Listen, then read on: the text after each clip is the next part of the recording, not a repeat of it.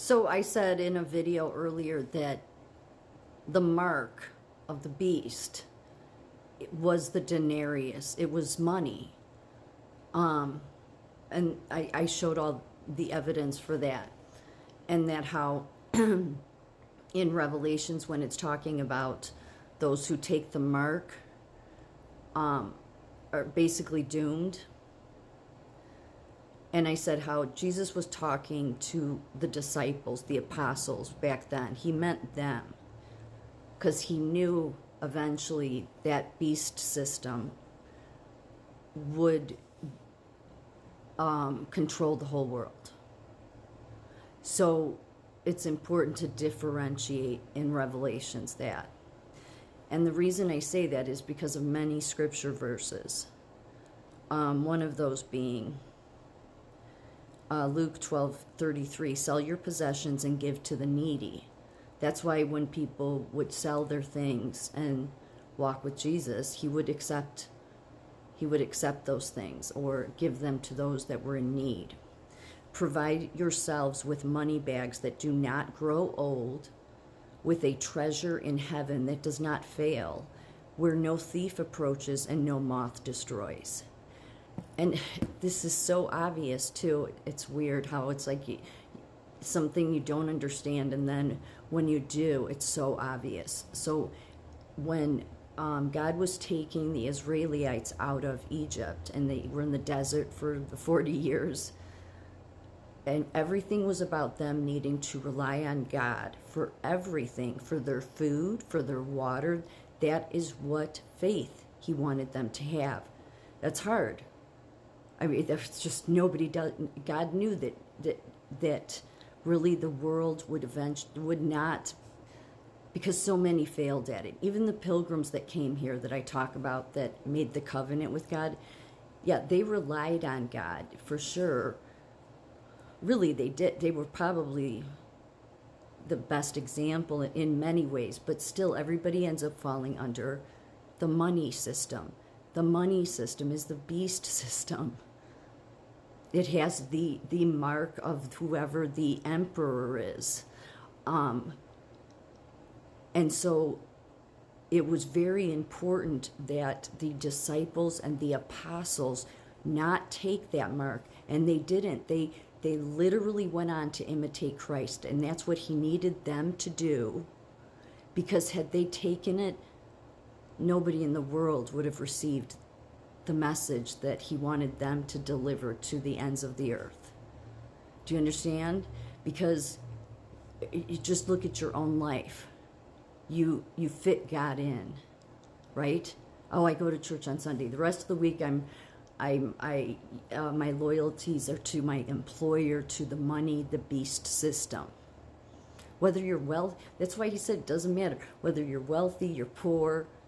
You are a slave to the lender. It's the beast system. Here's another misunderstood verse. But if anyone does not provide for his relatives, and especially for members of his household, he has denied the faith and is worse than an unbeliever. God isn't talking about money, or Jesus. They're not talking about money. It's talking about providing what? That's what needs to be understood, and that's why discernment is so needed. Because what he's talking about is providing, the best way you can provide for your family is for them to know Christ, is for them to fully rely on him. So, and that's what Jesus's life was imitating. I mean, he said at one point, I could call on the Father and have 12 legion of angels down here immediately. He could have whatever he wanted. He turned, water into wine. He turned, with all the fish, he turned, made loaves of bread and all of that. He could do all of that. And what he was trying to show is I'm in man form, right? I'm look like the rest of you. I'm God, but I look like the rest of you, and I'm trying to show you this is how I want you to walk. Because if you want to be free, you can't be free and live under the beast system. But we do. And God knew it was inevitable. But in order for that word to reach, so that people at least wouldn't be totally consumed by the beast system, those disciples and apostles could not take the mark. They could not take the money, the denarius. They could not. They could not go and work. Their job was not to go work. I mean, they worked, but their job was for Christ. That's why many of them did go on. Like, I don't believe that there's people today that their faith was really the strongest, even more than the, they had, their faith was stronger than even the pilgrims that came to America. Because some of them had the ability to heal. That's how powerful God was in them. But that's because they were literal imitators of Christ. They did not get into the money system. They moved place to place. They spread the word. They did exactly what Jesus wanted, which is why Jesus told them, you will face persecution. Some of you will be killed, beheaded. It was talking to them. They were really the first group of people, and he needed them to be, do not get into the money system. Don't do it. And if you sit back and think about it, most people wouldn't want to give up the money system, whether you're poor or rich.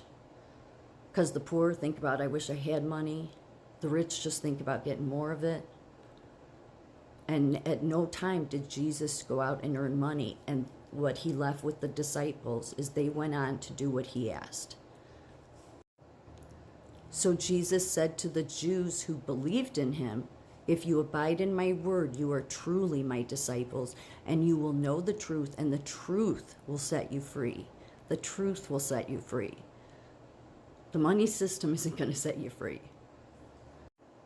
If anyone comes to me and does not hate his own father and mother and wife and children and brothers and sisters, yes, and even his own life, he cannot be my disciple.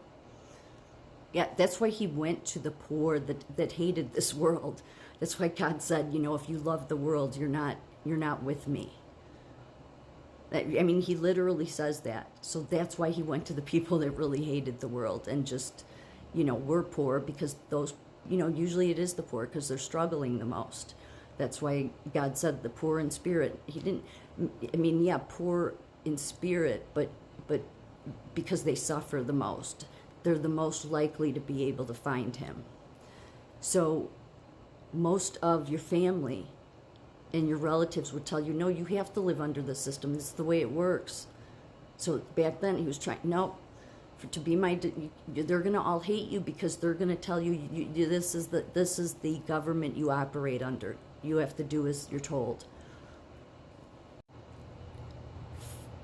For to this you have been called, because Christ also suffered for you, leaving you an example so that you might follow in his steps.